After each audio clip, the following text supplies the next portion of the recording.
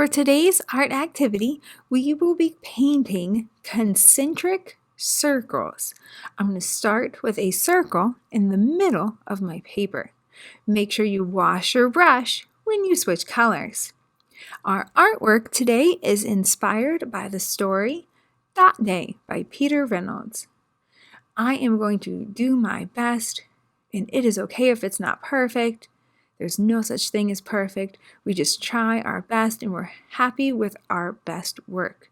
So my concentric circles should not be too small, but not too big. Just like Goldilocks, kind of medium-sized, right in the middle.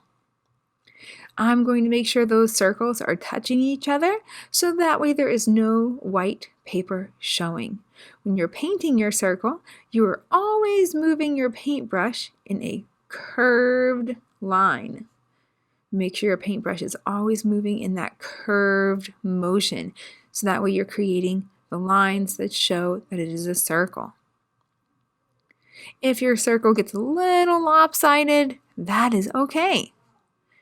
That is what makes your art unique and special because it doesn't have to be perfect. Take your time and try your best. I am going in order of the colors as they would be on the color wheel. You are welcome to do your colors in whatever order you choose. Make sure you wash your brush before you switch colors. If you accidentally get some paint on your paper where you do not want it to be, well, that's okay. You can always fix it later. Just leave it there, let it dry, and then we can cover it up next time. I am painting carefully and neatly around my circle, making sure those colors are touching. If they mix a tiny little bit, that's okay, but we're not mixing the colors too much today.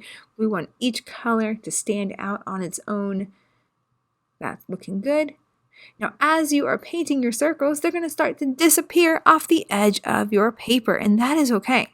It is also okay if a little bit of your paint gets on the messy mat. I'm going to use the last color that I have, which is green, to fill in the rest of the space on my paper. Even though I am painting in a space that's not completely a circle, that does not mean I can stop going in that circle motion. If you want your craftsmanship of your painting, that means if you want it to look nice and neat, you need to continue painting in that circular motion, even though we're not painting the entire circle of the green color. Because it's falling off the edge of our paper. That looks good. Don't forget those corners.